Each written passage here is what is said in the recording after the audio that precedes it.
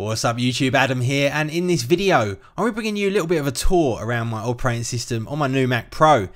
Now, I've done some of these videos before, what's in my dock videos, and this is going to be very similar to that. Now, a few things before we get started. I'm going to leave a few links down in the video description to things like my wallpaper and where I got that from. This is a Justin Mauler wallpaper, but this is broken down into 6 sections for each of my screens, which brings me on to the next one, which shows you how you can actually separate all of those images out and have them spread all the way across your multiple monitors. Now, in addition to that, I'm going to be bringing you a whole host of videos on the new late 2013 Mac Pro. We started with the unboxing the other day, and I'll leave a link in the video description to that. And I'm going to move on and show you all of the accessories that I'm using with the Mac Pro. I'm going to do some performance testing and benchmarks, along with a whole bunch of gaming on Boot Camp. And I'm also going to show you how I'm dealing with some of the storage issues due to the lack of expandability or internal expandability of the late 2013 Mac Pro. But anyway, without further ado, let's get into this particular video and start off with the tour of the dock. Now, I have made this bigger than I normally have it. I normally have it really quite small with maximum magnification so as it doesn't take up so much room, but for the purposes of this, I've just made it that a little bit bigger. Now, first up on the left hand side, we have got the Finder application, obviously built into Mac OS X, and it does some of the basic things that you might require for people on Windows. This is very much like the Explorer application, although maybe not even quite as flexible as that, which leads me on to the next application, which is actually called Pathfinder, and this is an application from a company called Cocotech, and this is an absolutely fantastic app. This gives you the ability to do all of the things that Finder doesn't. It gives you much more flexibility, much more complexity, and also the ability to completely configure it in any way that you want to. You can even do things like open terminals and have this formatted with things like image previews and a whole bunch of different things that you might require in terms of the actual setup and the look and feel of the application. And it really is great. Highly recommend that particular application. Next up, we have got Launchpad. I don't know anyone that uses it. I don't know why it's there. And quite frankly, I wish Apple would get rid of it because it is just a completely pointless part of the operating system. Now, next up, we have my 4 browsers. And this has always prompted a whole bunch of questions from you guys as to why do I have 4 browsers. And I'll come on to that in just a second. So I've got them in the dock in the order that I use them most of all. So Safari first, Google Chrome, next up Firefox, and then least of all Opera. And I'll give you a few of the reasons why I have multiples of these applications. A very easy one to understand is that I've got multiple YouTube accounts. So I've got this channel, and then I've got my vlog channel where I do daily videos telling you what's going on in my life, some of my personal opinions on things, and a whole load of other stuff as well.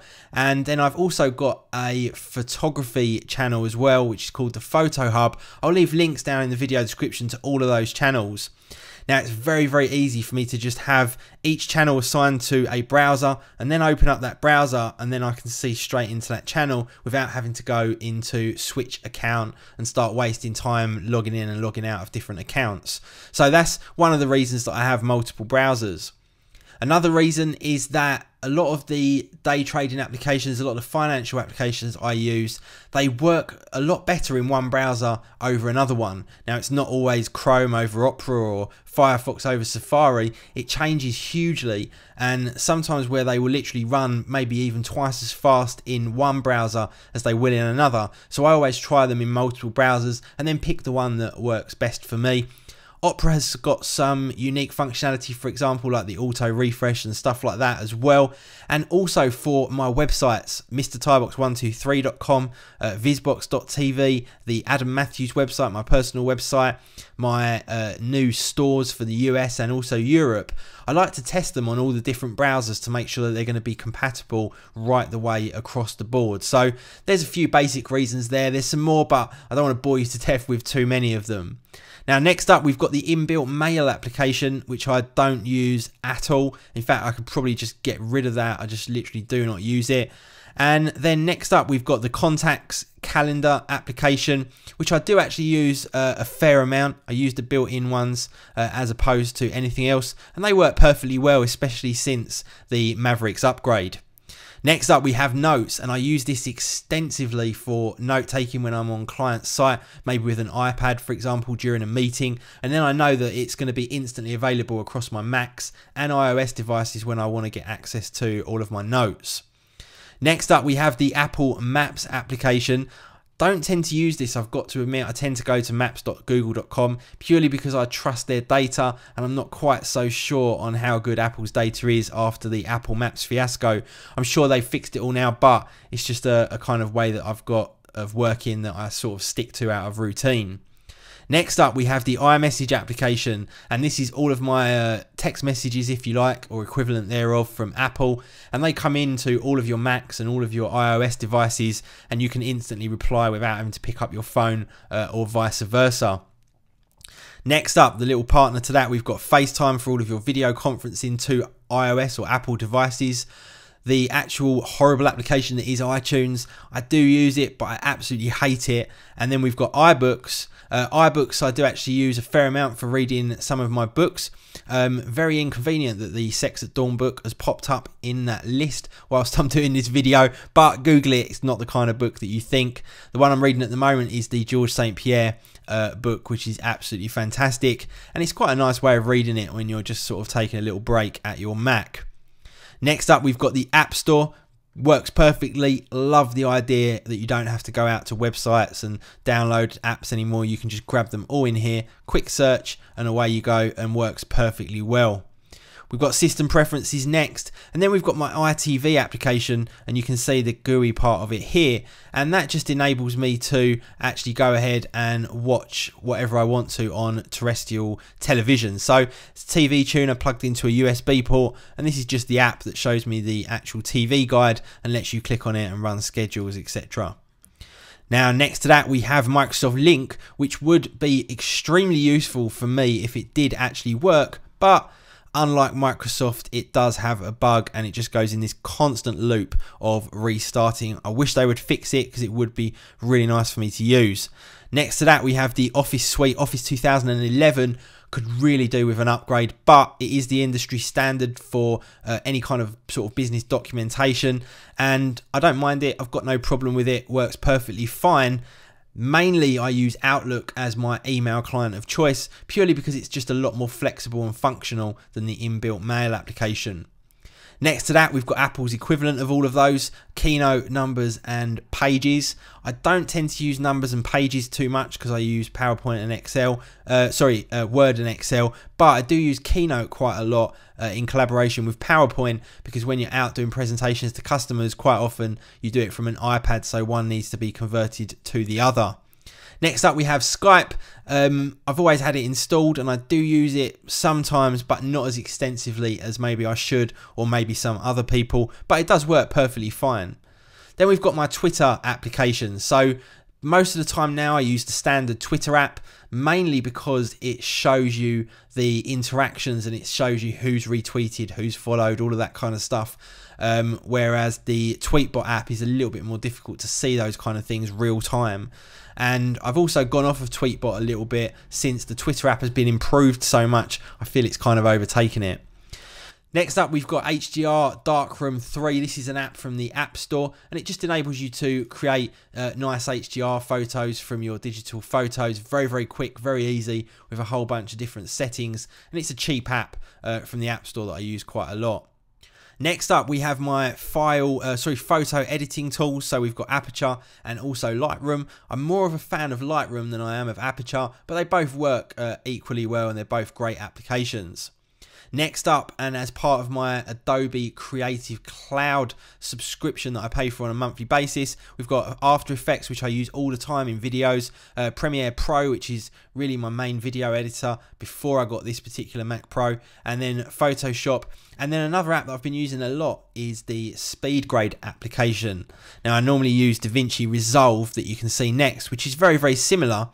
But the Adobe one links nicely into the other applications. So this is a really nice way of color grading all of your videos and just messing around with the colors and various other bits and pieces. So great for color grading, as is the DaVinci Resolve application as well. Very, very similar. Next up we have Final Cut Pro. I have been using this since I've got the new Mac Pro a lot because the 2013 Mac Pro is just so tuned for Final Cut, or vice versa, depends how you want to look at it. And it is a great app as well. A lot of people put it down, but it's very, very functional. I've got to admit though, my preference is Premiere. Next up, we have some remote desktop tools. First of all, Apple's remote desktop. So this enables you to connect up to other Macs and control them remotely. And then we've got the Cord application as well. This is a RDP management tool, completely free of charge, open source. And this just enables you to connect up to your Windows desktops using RDP and manage them remotely, which I use quite a lot for business stuff. Next up, we have the Microsoft equivalent to that, and it's not quite as good, so I use it, but not quite as much as I do Cord.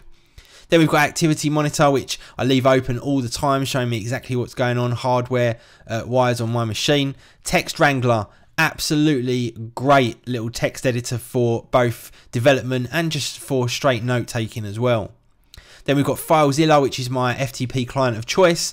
VLC, which I use for playing all of my video-based media. Terminal, obviously the shell, and then we've got the ScreenFlow application, which I'm using now to record this little screencast. Now in my applications folder here, I'll leave this open for just a couple of seconds. If you want to have a look through it, then by all means pause the video and check that out. I'm not going to read through every application, but you can see some extras in there. Things like Pixelmator, which I use a lot, Motion FX, my network monitor, and some benchmarking tools, along with some other stuff as well. But like I say, pause it if you want to check that out and have a look. Now up in the menu bar, we've got the Pathfinder icon with a whole bunch of little bits of functionality in there. Dropbox, Adobe Creative Cloud. I've also got my Bitcoin widget as well, and I use this really for just a ticker for Bitcoin to give me a very basic overview of the price of what's going on with Bitcoin at the moment, purely because I do trade Bitcoin quite a lot, so it's nice to just have a quick glance at exactly what's going on. Next up, we've got the ScreenFlow icon, Twitter, and then I use this bandwidth application here, just showing me what bandwidth is going in and out of my network cards. And then we've got the AirPlay mirroring application. We've also got the Time Machine one there as well, and then just the standard Apple stuff in addition to that. On the desktop, you can see some of my drives. So I've got the local SSD for Mac and also Boot Camp. I've got a 2 TB drive that I use for Time Machine, a 3 TB drive that I also use for Time Machine. I back up to both of them at the same time. And then we've got a 4 TB drive which I use for just USB 3 sort of scratch area, if you like a temporary area. And then a little USB 3 Hitachi drive as well. Most of my storage comes from a Synology NAS DS1513 Plus, and I'll come back to that in another video showing you exactly how I deal with storage on the new Mac Pro because of its lack of internal expandability.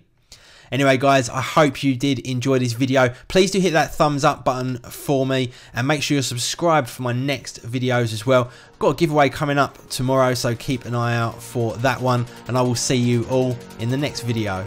See ya.